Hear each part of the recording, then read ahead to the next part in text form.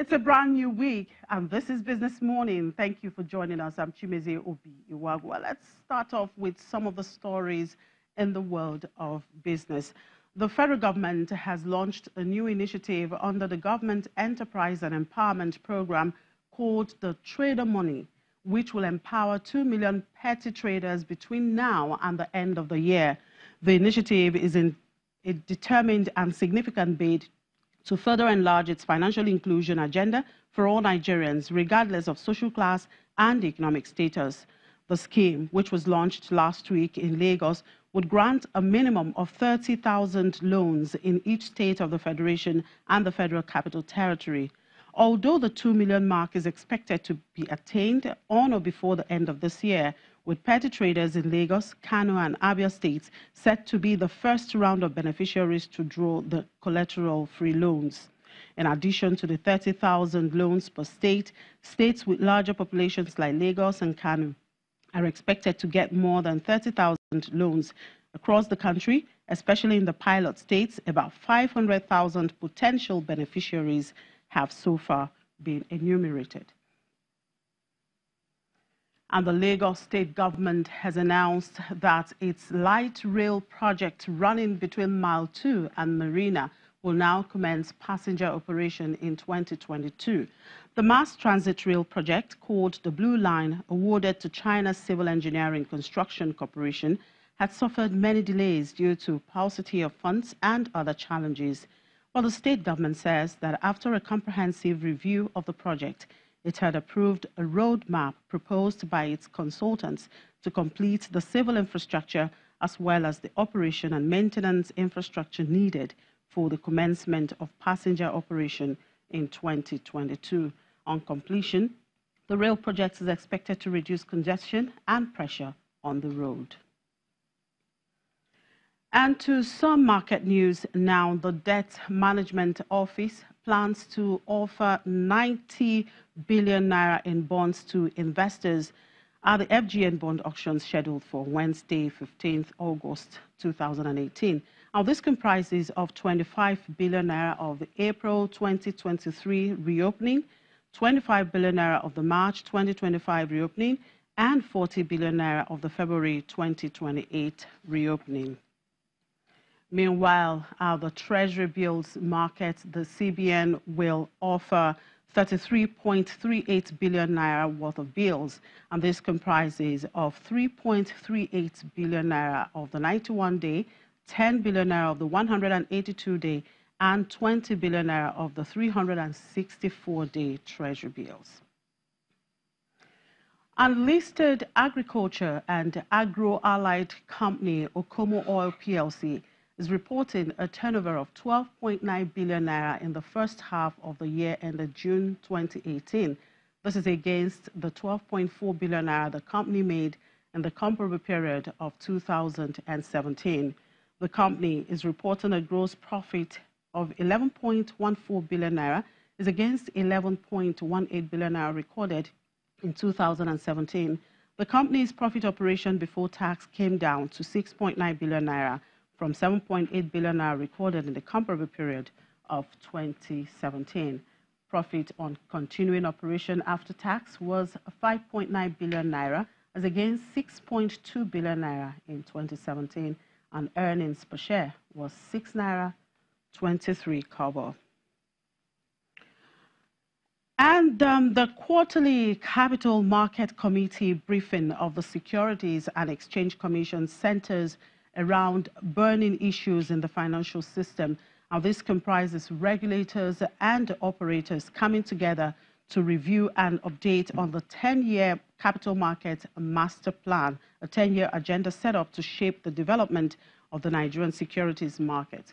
The second edition for this year was held last week, and the committee resolved to have a deadline for multiple share subscription set for December the 31st, 2018. Let's take a listen. Resolutions were reached at the meeting. Number one, that the Commission would constitute a market-wide financial technology committee to develop a fintech framework for the Nigerian capital market. You know that fintech is the way to go. That is, technology is the way to go.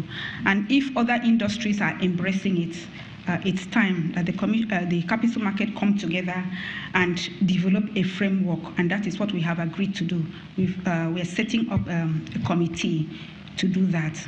In addition to the physical delivery of annual reports and accounts, the existing pilot exercise of electronic distribution by public companies should continue, while efforts are made to enlighten shareholders and obtain their relevant email addresses to be able to send annual reports to them. The multiple subscription initiative, which encourages the regularization of shares purchased with multiple identities, would run until December 31, 2018. If you are attentive, you would have seen those campaign on television. I'm not sure we've done any on radio yet. Okay, only on televisions. They run, particularly, I've listened to them in channels, and we're going to go full blast on social media, all manner of social media, because you see, if those shares are not captured into the system, what we have, the record we have, will not be complete, and therefore it's important that that aspect of our operations be properly regularized.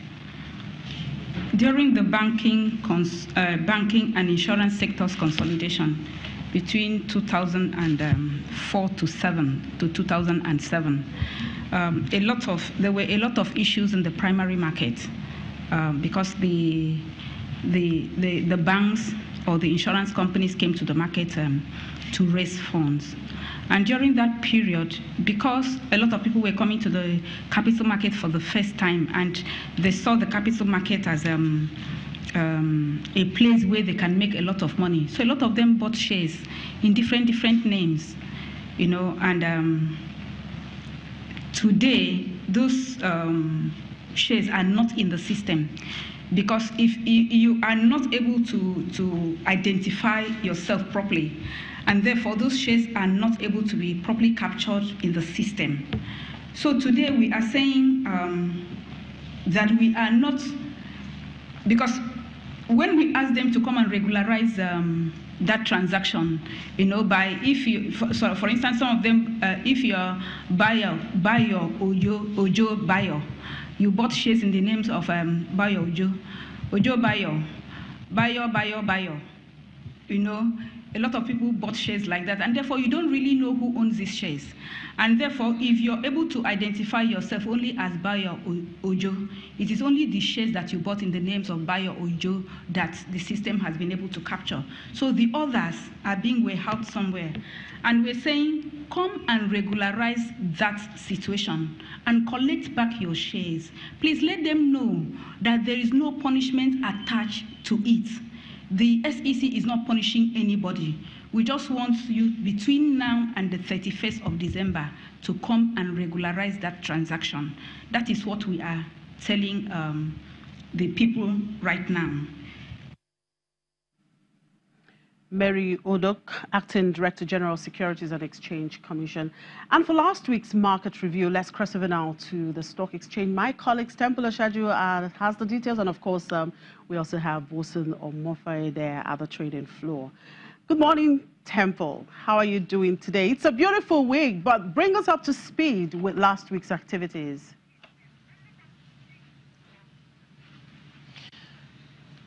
Good morning, Chimeze. It's really good to join you live on the TV on the program. But it's really raining here around the Nigerian Stock Exchange in Marina. So let's go straight for the markets and begin with the NASD OTC, which had a bit of bloodletting last week as well. It was down by 2.6%, and tail spinning the USI, which is the unlisted securities index, now to a 600.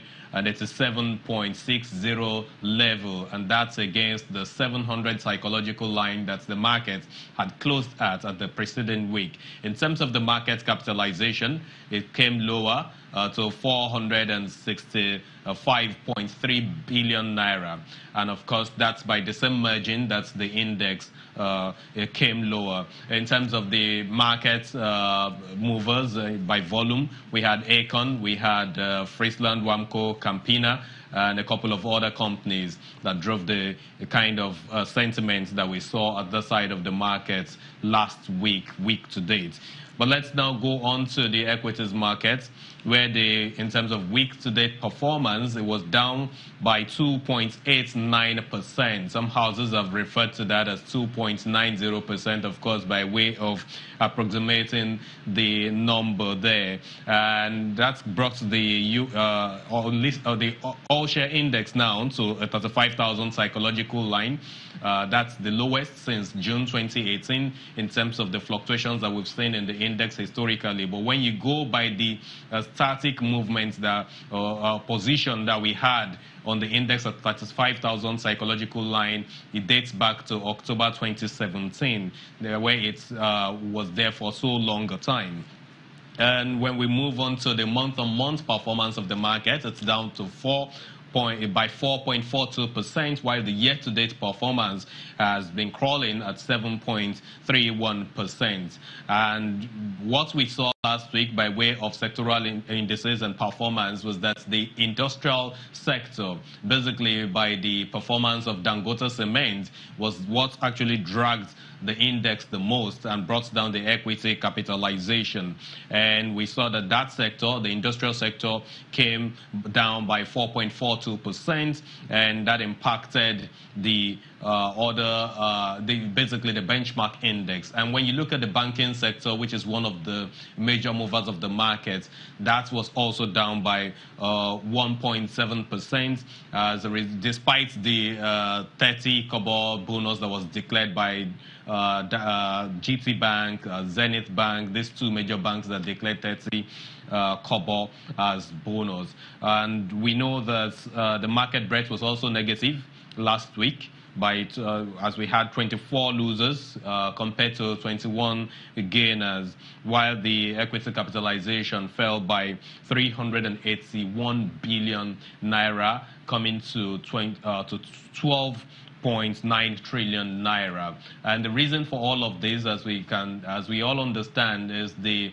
political uncertainties that we're beginning to see in the polity. We're seeing the offshore investors taking flights, capital flights, basically, because it is difficult right now to predict what is going to precede the election and what we're going to have near election, post-election as well. So these are the basic reasons why we've seen this form of 2.9% decline in the all-share index in the Nigerian Stock Exchange. Let's move over to the fixed income market, where things were really, really bearish in terms of treasury bills. Now, treasury bills were bearish last week, as average yields rose by 19 basis points, crawling by 11.99%, and some houses have also referred to that as 12% and even a bit more than that.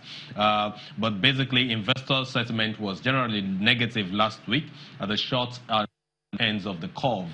But in terms of the 237 data maturity paper, which represents the long end of the curve now, we had a 27 basis points movement there, and that now led to the yield contraction that we saw in terms of treasury bills. We're hoping that the OMO operations that will be taking place this week by the CBN will help to change the sentiment in the markets, hoping that we'll have good liquidity. In terms of the bonds market now, average yields rose by 23 basis points to 14.09%. Of course, we saw major sell-offs on the side of the market, the February 2020, March 2027, and a couple of other short to medium term securities were really, really impacted at the markets represented by the FMDQ OTC. Now, March 2024, March 2027, and February 2020 papers were negatively impacted on that side of the market. Chimeze. Well, thank you very much, Temple, for those updates. But one will begin to wonder, while a lot of capital flights is being experienced, and there are some people that are also taking advantage of what is happening now at the markets. Isn't that so?